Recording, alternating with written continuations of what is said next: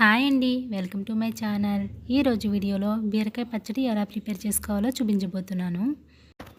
ఎప్పుడు చేసుకునే విధంగా కాకుండా ఈ విధంగా ట్రై చేయండి. టేస్ట్ అయితే సూపర్ ఉంటుంది. నేనైతే ఎంత క్వాంటిటీలో తీసుకున్నానో మీకు వీడియోలో చూపిస్తున్నాను. ముందుగా ఒక కడాయి పెట్టి కొద్దిగా ఆయిల్ వేసి పచ్చిమిర్చిని వేయించుకోవాలి.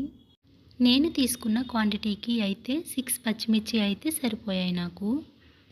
నేను వీడియోలో చూపించిన విధంగా వేయించుకుంటే సరిపోతుందండి. ఇంకా పక్కకు తీసేసుకోండి. మిగిలిన ఇంగ్రీడియంట్స్ కూడా వేయించుకుందాం. ఇప్పుడైతే పల్లీలు వేయించుకోవాలండి. నేనైతే 2 టేబుల్ స్పూన్స్ తీసుకున్నా. అంత తీసుకుంటే సరిపోతుంది. మరీ ఎక్కువైనా టేస్ట్ బాగోదండి.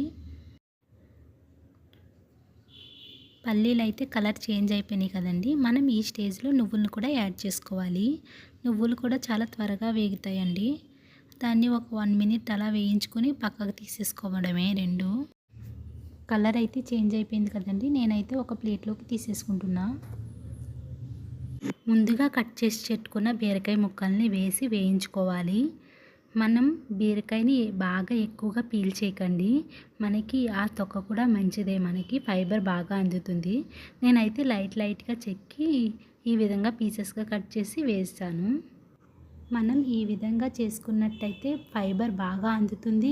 అండ్ కాన్స్టిపేషన్ ఇష్యూ ఉన్న వాళ్ళకి మనం ఈ విధంగా చేసుకున్నామంటే కాన్స్టిపేషన్ అనేది తగ్గుతుంది. ఈ బీరకాయ ముక్కలను అయితే లైటిష్ బ్రౌన్ వచ్చే వరకు వేయించుకోవాలి. వీడియోలో చూపిస్తున్నాను కదా. ఫ్రై అయితే అయిపోయినాయి. ఇంకా స్టవ్ ఆఫ్ చేసేసుకుని బాగా చల్లారనివ్వాలి.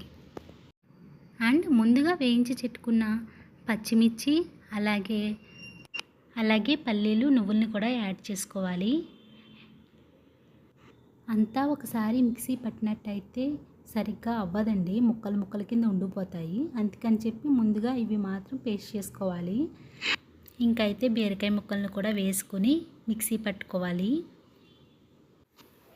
అలాగే కొద్దిగా చింతపండు, అలాగే కొంచెం సాల్ట్ యాడ్ చేసుకోండి. సాల్ట్ ఒక్కసారి వేయకండి, చెక్ చేసుకుని వేసుకోండి. నాకైతే 1 స్పూన్ పట్టింది. బాగా పేస్ట్ అయితే చేయకండి. కొద్దిగా ముక్కలు తగులుతుంటేనే మనకి టేస్ట్ అనేది బాగుంటుంది.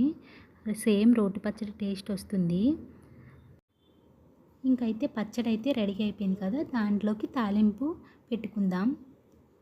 నేను తాలింపు కోసం కొంచెం మినప్పప్పు, అలాగే శనగపప్పు, కొద్దిగా ఆవాలు, అలాగే జీలకర్ర యాడ్ చేసుకున్నా. మనకి ఏ పచ్చడిలోకైనా సరే తాలింపు ఉంటే ఆ టేస్ట్ అనేది బాగుంటుంది. చూసారు కదా. కొద్దిగా ఫ్రై అయ్యాక దీనిలోకి ఎండుమిర్చి యాడ్ చేసుకోవాలి. నేను 2 ఎండుమిర్చిని యాడ్ చేసా. అలాగే కరివేపాకు కూడా వేసుకోండి.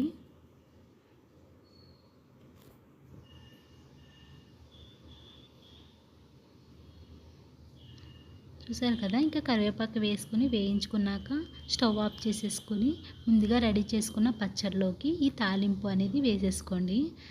అంతేనండి, చాలా సింపుల్ అండ్ టేస్టీగా ఉండే రెసిపీ. చూసారు కదా. మీరు కూడా మీ ఇంట్లో ట్రై చేసి ఎలా వచ్చిందో మీరు కమెంట్ చేసి చెప్పండి. ఓవరాల్ లుక్ అయితే ఇలా ఉందండి. మీకు కానీ ఈ వీడియో నచ్చినట్టయితే లైక్ చేయండి, షేర్ చేయండి. మరిన్ని ఇంట్రెస్టింగ్ వీడియోస్ కోసం మన ఛానల్ అయితే సబ్స్క్రైబ్ చేసుకోవడం మర్చిపోకండి. Thanks for watching. బాయ్.